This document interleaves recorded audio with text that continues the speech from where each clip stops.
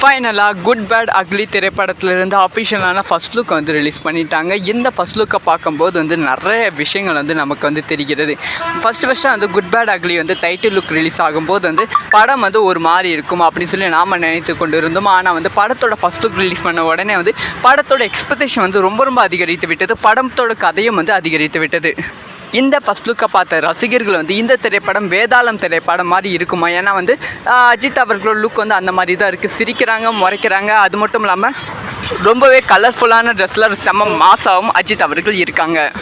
அது எல்லாமே தாண்டி இந்த படத்தில் வந்து அஜித் அவர்கள் கேங்ஸ்டராக வந்து நடித்திருக்காங்க அப்படின்னு சொல்லியிருந்தாங்க. அதே மாதிரி வந்து கேங்ஸ்டர் வந்து ஒரு ராவான கேங்ஸ்டராக வந்து இந்த திரைப்படத்தில் இருக்காங்க.